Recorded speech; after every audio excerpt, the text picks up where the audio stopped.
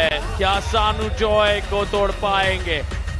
दारा सिंह हांडा ने जो शुरुआत दिखाई रोहतक राउडीज को, जो राह बनाई है, क्या दीपांकर उसी राह पर आगे बढ़ पाएंगे? बाइसेप्स दीपांकर के 15 इंच के, फोरआर्म 14 इंच के, ग्रिप में थोड़ी सी वहां पर कमी, 60 किलो की ग्रिप प्राप्त कर पाते सानू जॉय उनके सामने, तो ये ग्रिप पर सवाल उठता है और ग्रिप को बेहतर समझा पाएंगे मेरे साथी कमेंटेटर प्रदीप। सार्थक, शायद ग्रिप का उतना महत्व इस गेम में नहीं होता। मेरी खुद की ग्रिप शायद 90 किलो के आसपास है और मुझे शायद पिछले मैच में रचना भी हरा देती सुपर मैच में, तो मुझे नहीं लगता उसका कितना इस्तेमाल खिलाड़ी इस मैच के दौरान कर पाएंगे। लेकिन फिर भी देखते हैं, बहुत ज्यादा एक्सपीरियंस्ड खिलाड़ी हैं दीपांकर। लगभग 10 से 15 साल का एक्सपीरियंस लेकर आते हैं। इस वेट कैटेगरी में उनकी कलाई को पीछे मोड़ पाना, खासकर स्ट्रैप्स में, लगभग नामुमकिन है। कुछ एक्सपर्ट्स का मानना है कि अगर आपको दीपांकर को हराना है तो उनकी पावर गेम में हुक में ही हराना होगा। और देखिए, जानते हैं, इसलिए जानबूझ के अपनी कलाई को पीछे की ओर जाने दिया।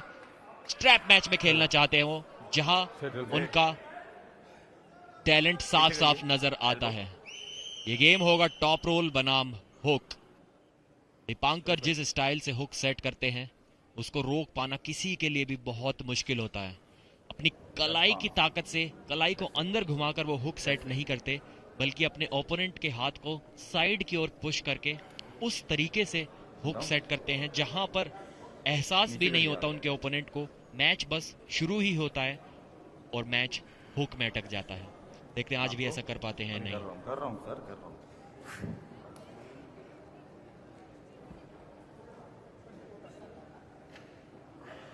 पहला राउंड इस अंडरकार्ड मुकाबले का। रेफरी स्ट्रैप को सेट करते हुए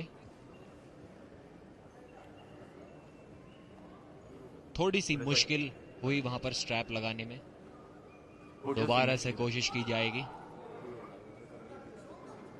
देखिए, पैर को टेबल के पैर के अगेंस्ट पुश करते हुए, जिससे कि वो हुक सेट करने में, साइड प्रेशर लगाने में एक एक्स्ट्रा मदद उन्हें मिले।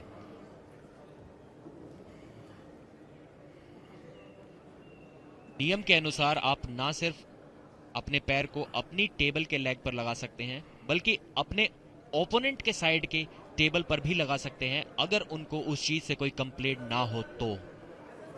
ये टेक्निक भी हमें कई खेलों में देखने को मिलती है, लेकिन इस बार देखते हैं जीत हुक की होगी या टॉप रोल की। दीपांकर की कोशिश होगी कि मैच को आर्म पावर में घुमाया जाए, कलाई को घुमाया जाए। Wait Deepankar, don't touch. Strap को टच नहीं कर सकते वो। स्ट्रैप को टच करना नियम अनुसार इलीगल होता है। वो स्ट्रैप को और टाइट करने की मांग कर रहे थे, लेकिन रेफरी शिवा चौधरी ने कहा कि ये काफी टाइट है ऑलरेडी, इससे ज्यादा की जरूरत नहीं, लेकिन कर दिया। फिर भी दीपांकर को खुश करने के लिए लग रहा है। First warning, put your elbow back. अब नहीं रुकने वाले रेफरी शिवा ने, अब बहुत सह लिया, कह रहे हैं बस हो गया। अब आपको खुश नहीं किया जा सकता, आपको सिर्फ चेतावनी दी जा सकती है। Thumbs down both of you. Thumbs down का इशारा। किसी भी पल होगी शुरुआत गो के जरिए रोहतक राउडीज के दीपांकर साफ तौर पे बढ़त पा रहे हैं, लेकिन सानू की जो ग्रिप है वो लाजवाब है। Third foul. Rohtak third foul. 3 foul Dipankar के हो गए। एक फाउल सानू का भी वहां पर हुआ था। हुक तो दीपांकर ने अपना सेट कर लिया था। विनर सानू जॉय। ये बहुत ही रोमांचक और सरप्राइजिंग सा मुकाबला था। दीपांकर ने अपना हुक सेट किया, लेकिन सानू जॉय ने वहां पर भी उनको इतनी तगड़ी टक्कर दी कि लगातार फाउल पे फाउल करने पे वो मजबूर हो गए, फिर भी इस राउंड को जीत नहीं पाए। देखते हैं एल्बोज की ओर। यहां पर उन्होंने अपना हुक सेट कर लिया था। जी हां, एक फाउल यहां पर हुआ, शायद दोबारा कोहनी नीचे उतर गई थी। 2 फाउल हुए। ये एक और फाउल था। देखना होगा ये दूसरे वाला फाउल था या तीसरा।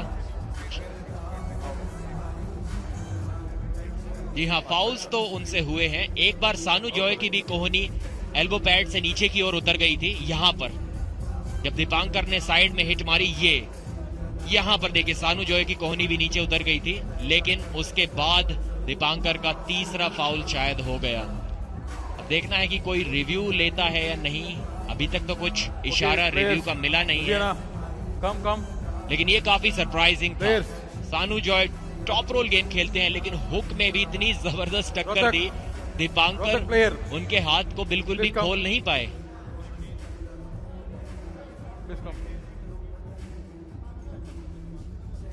जी हाँ, पहले राउंड को हार गए हैं। एक बार फिर से शुरुआत करेंगे, कोशिश करेंगे। एक चीज तो पहले राउंड से साफ हो गई है कि ये दूसरा राउंड भी काफी जबरदस्त होने वाला है। आसानी से जीत पाना तो काफी मुश्किल होगा, सानू के लिए भी और दीपांकर के लिए भी।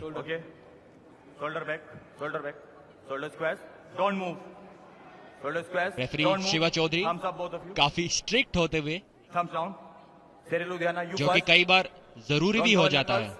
शायद एक बार फिर से स्लिप के लिए जाएंगे दीपांकर, अपनी खुद की कलाई को पीछे। जी हाँ, अर्ली मूवमेंट किया, फर्स्ट वार्निंग। जी हाँ, थोड़े ज्यादा एक्साइट हो रहे हैं यहाँ पर दीपांकर। उनके चेहरे पर भी वो नजर आया कि जी हाँ, मेरे से गलती हुई है और अब ध्यान देना होगा। सानू जॉय की पकड़ मजबूत है, शेर लुधियाना के लिए बढ़त आई है। और कुछ देर पहले हमने देखा टीम ओनर मिस्टर मलिक भी यहाँ आए थे जब दीपांकर उस मुकाबले के उस राउंड को हारे थे।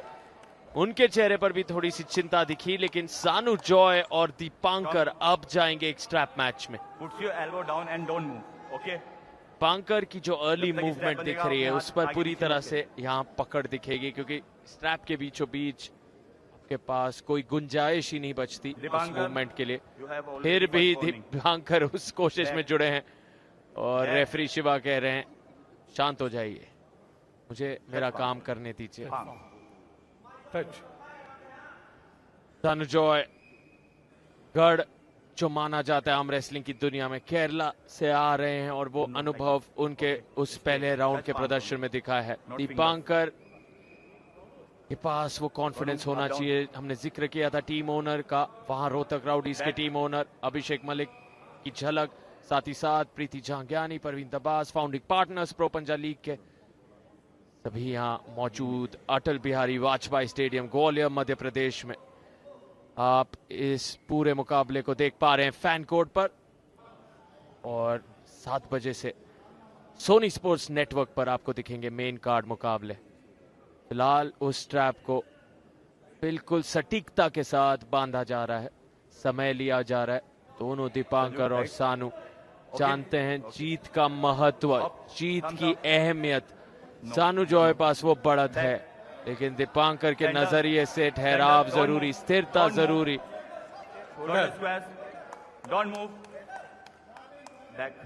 बहुत ज्यादा रिलैक्स्ड सानू जॉय, आप देख सकते हैं उनके चेहरे पर एक शिकन नहीं।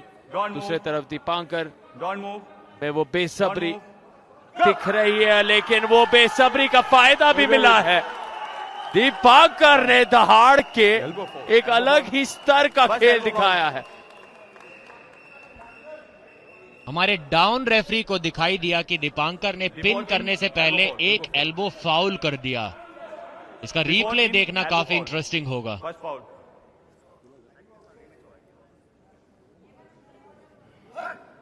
इस एंगल से देख पाना थोड़ा मुश्किल शायद।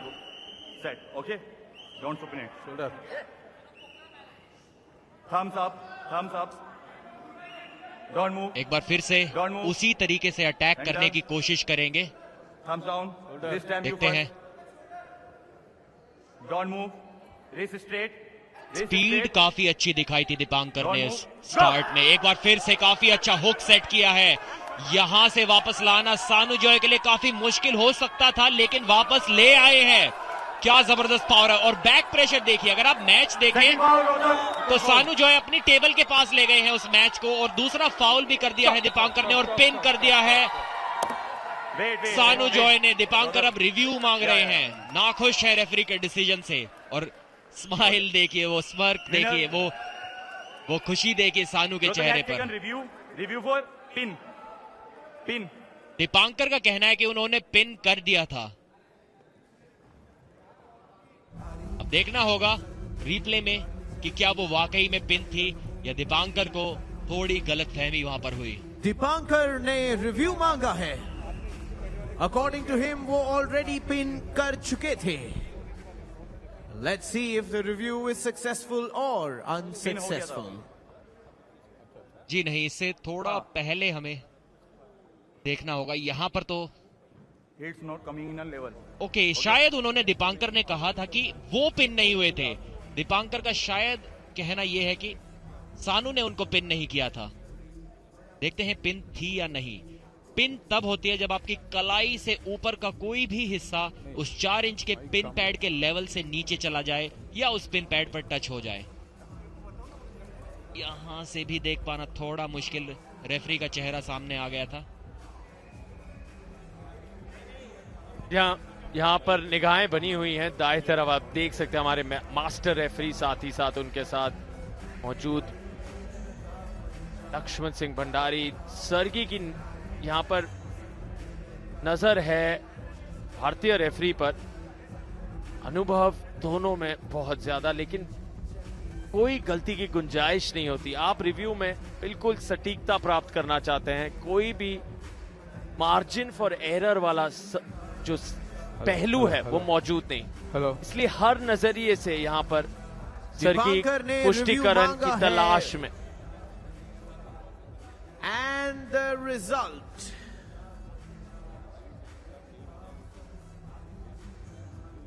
We are still waiting. Referee अभी भी फुटेज को देखते हुए। And the result is here. The review is unsuccessful. Review unsuccessful हुआ। इसका मतलब ये है कि दीपांकर इस मैच को 2-0 से हार गए हैं। काफी सरप्राइजिंग रिजल्ट था। हमने डिस्कस किया था कि दीपांकर को अगर हराना है तो उनके हुक की पावर में हराना होगा, और ठीक वही कर दिखाया है सानू जॉय ने। उन्होंने कहा आप अपना हुक लगाते रहिए, मैं वहां भी आपको हरा दूंगा।